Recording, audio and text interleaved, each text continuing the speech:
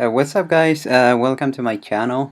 Today, I'm going to show you how to use the concatenate function in Microsoft Excel.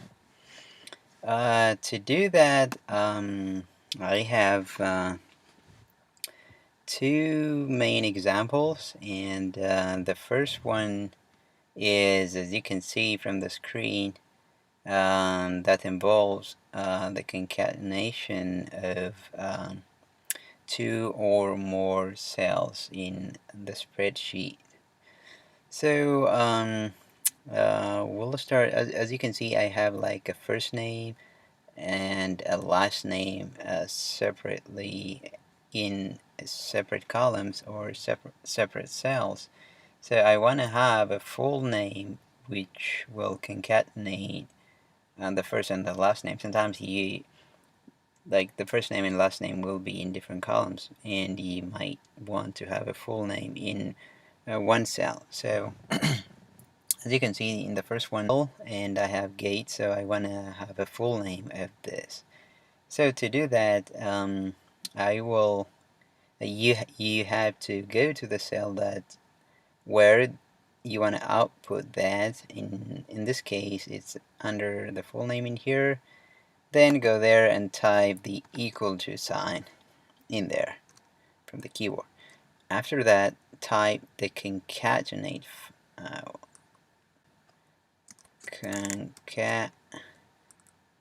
since I used it before, it shows up.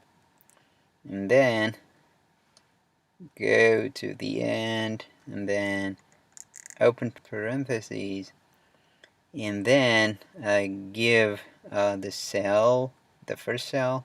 You can go, for example, go to the cell and click it, or you can type it. Like this one is A and 3. This is A3. You could type A3, or you can just click on it. After that, put a comma, and then the next cell. Next cell will be Gate, will be B3. You could type B3, or you can click on Gate. After that, close the parentheses and then enter. There you have it, Gates. But as you can see, there's no space in between them.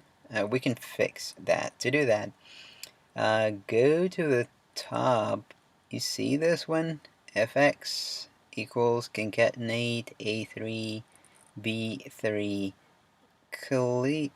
Click after the comma, and then open a double quote, and then space, and then put the comma again. The comma is a separator of the arguments that you're providing. In this case, I have 3 arguments, like the A3, and then a space, and then a B3. After that, just press enter.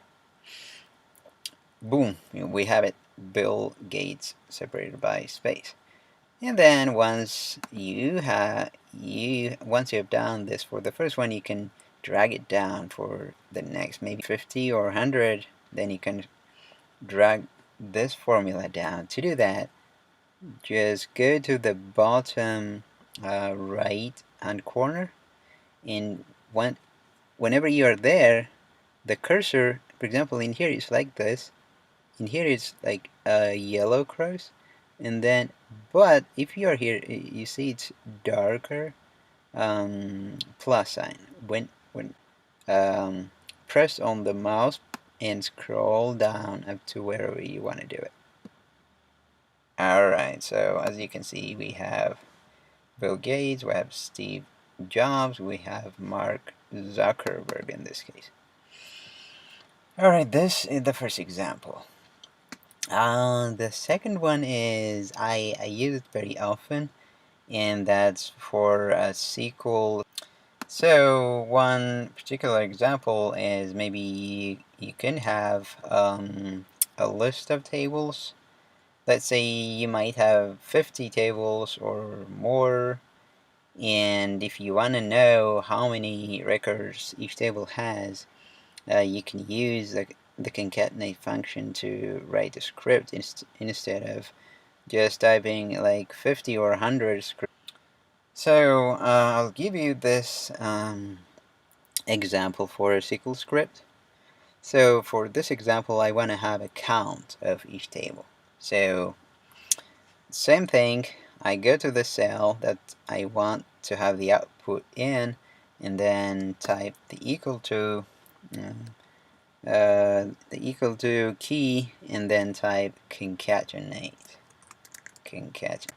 It will show up, and then open parentheses, and then give the well, I want to say like select count start. That's just a string, so I have to put it in double quotes. So I'll say select count star. All right, space. I want to give a space in here. Close the quote, and then comma. This will put the table name after that. That is will be student is A10. I can type A10 and then close from student.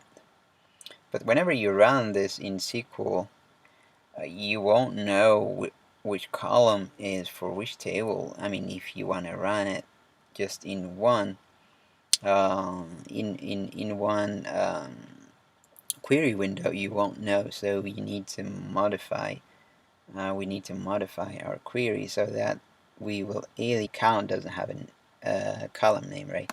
So to do that, I click on this and then go to the function. Right after count, I say as, that's for alias, and then because comma, let me put a comma, A10.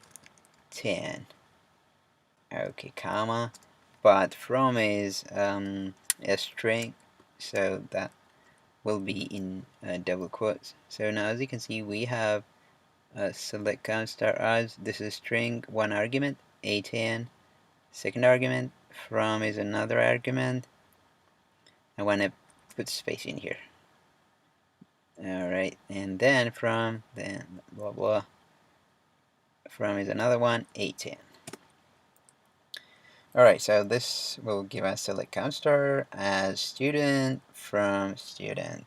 So the count will be named so that you know which count is for which table.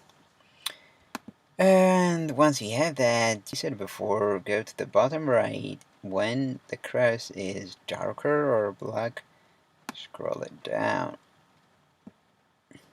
Alright, awesome. Alright, we have it. Alright, so as I said, if you have many tables listed in here, you can just drag it to the bottom and then copy this and paste in your query editor, or it could be Management Studio if you're using SQL Server or whatever, MySQL or whatever. There you have it, guys. The two important usages of concatenate function of Microsoft Excel. I hope this video was helpful to you. If you find it helpful, click on the like button. Also, if you have any questions or comments, let me know in the comments section below. Thanks for watching. Bye bye.